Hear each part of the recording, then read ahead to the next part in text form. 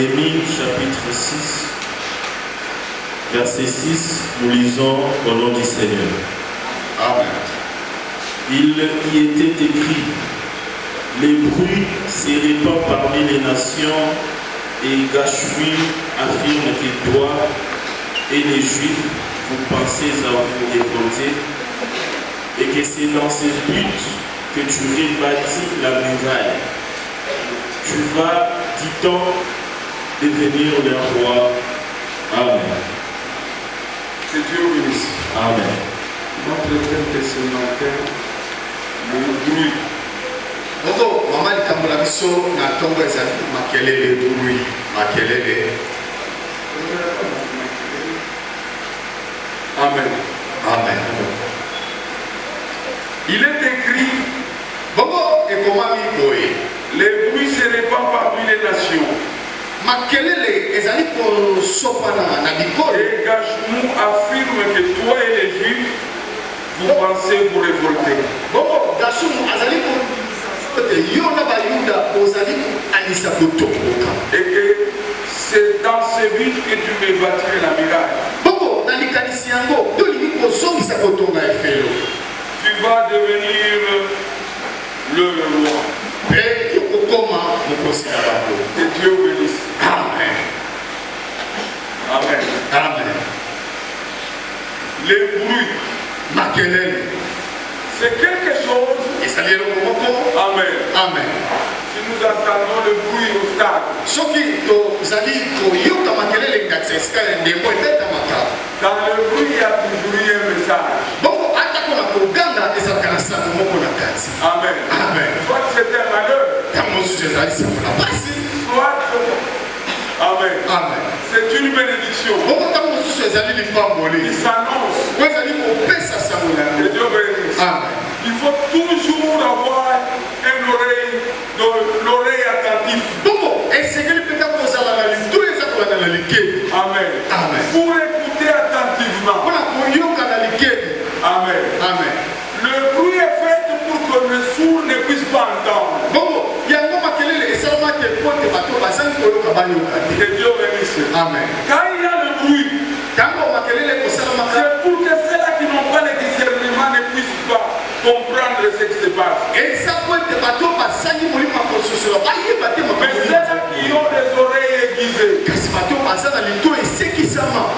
ils vont entendre véritablement le Amen. Amen. Ce que transporte le bruit. Bongo bango bakoyoka solo oyo oyo makelele ezali komema na Amen. sango. Amen. Le bruit, c'est un emballage, Bongo makelele ezali eshipelo moko soit d'une malheur.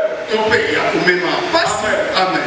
Amen. Amen. Pour le malheur qui s'annonce, To mpe mabe oyo ezali kopesa pour sango la na boyina. bénédiction qui s'annonce. To mpe lipamboli ezali kopesa sango na boyina. Amen. Amen. Chaque bruit Makelele nyonso est très important. ezali mpenza motu ya Il n'y a mia. personne qui a été élevé Ezala moto moko te atongama sans qu'il y ait de bruit. na kosala makelele moko Tu ne liboso. peux pas Okoki te être élevé. kotongwama Amen. Amen. Sans qu'il y ait de bruit. na kosangi na makelele. Amen. Amen. Le bruit Makelele va transporter le message. ekomema sango. Que Dieu bénisse. Amen. Moïse sur la montagne, Mose likolo na ngomba il a entendu le bruit. ayokaki makelele.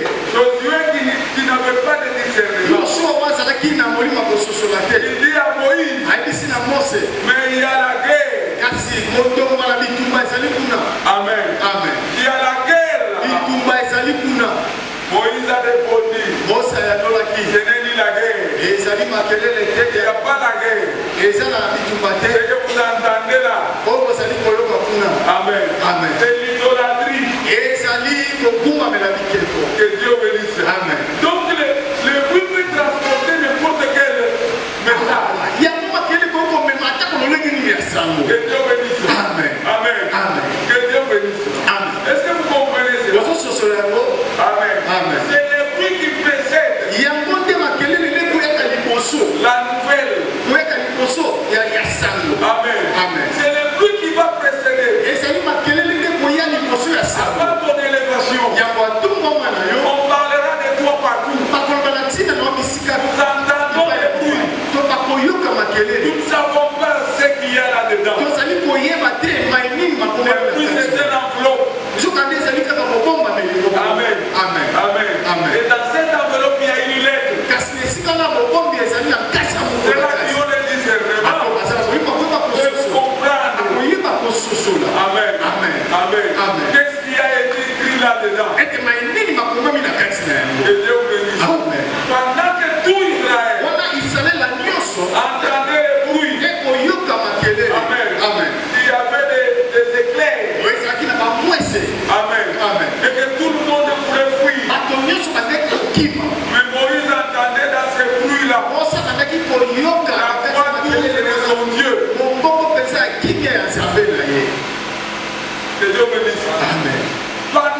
tout le monde wana bato nyonso entend des bruits. bazali koyoka Il y a makelele des éclairs. ezali na bamwese. Amen. Amen. Et les gens veulent rentrer dans leur tente. bato balingi kozonga na bahema na Que Dieu bango. bénisse. Amen. Moïse entendait le message.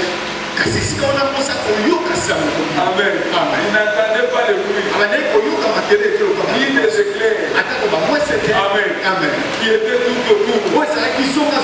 Amen. Amen.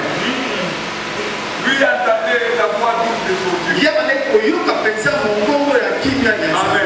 Amen. Regarde bien là où tu es. tala malamu esika oyo ozali. Quand Dieu veut t'élever, oza bali kotombola la yo terre doit trembler. esengeli mabele eningana. Amen. Amen. Parce que la terre doit céder yango mabele esengeli efongola une place au soleil. epesa esika na moi.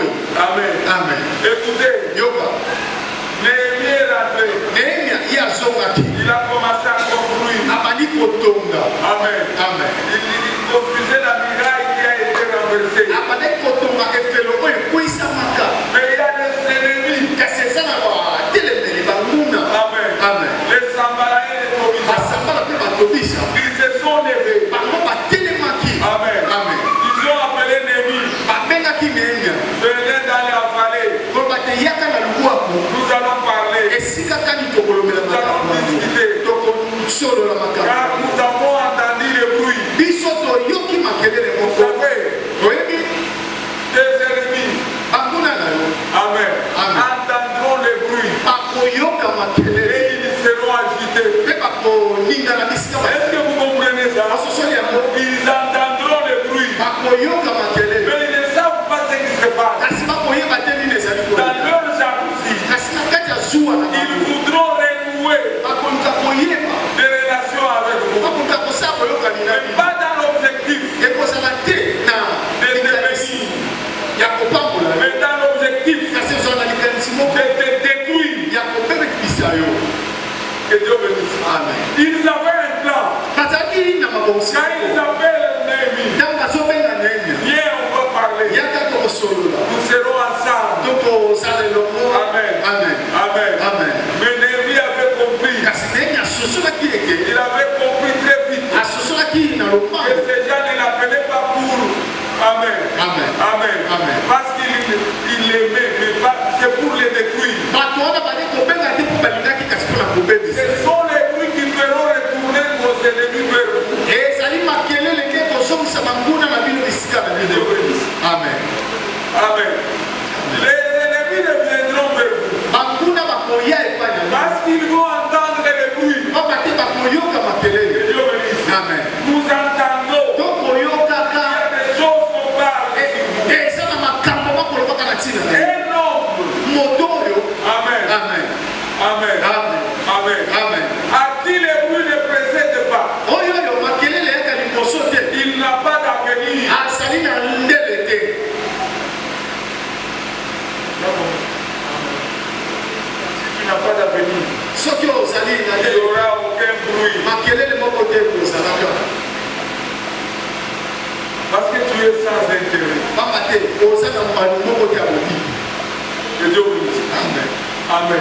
Amen. Tout celui qui est appelé à la grandeur, moto nyonso abengami na ntongo il y a les bruits qui vont le précéder. ezalaka na makelele oyo yaka liboso. Amen. Amen. On parlera de toi. bakoloba na À ntina bien ou à mal. na mabe to na Ce malamu n'est pas à cause de toi, eza te na ntina na yo mais c'est à cause de ton avenir. eza na ntina na lobi na À cause de ce que tu es. eza na ntina na oyo ozali À cause de ce que tu vaux. eza na ntina motuya oyo Ça ozali va poser des problèmes. yango nde kolukela yo makambo. Amen. Amen. Tu ne vas pas chercher des problèmes. koluka te makambo na Mais ce bango. qui est en toi kasi eloko eza kati na yo va créer des problèmes. yango nde kolamusama Parce que de cette manière, il fraye les chemins papa te na lolema nde ezali kopasola nzela vers l'accomplissement de tout ce qui est en toi. mpe komema ona kokokisami ya oyo nyonso eza kati na yo. Écoutez bien. yoka malamu Même Moïse atako mose ne pouvait pas comprendre. akokaki te kososola Pourquoi nzoto te parmi les peuples, il y avait les murmures. mpona nini na kati na etuluku na bato ezalaki pene ya koyimayima C'était à cause de ce qui était en lui. ezalaki na ntina ya oyo ezalaki Et kati la première question qu'il se posait, c'était de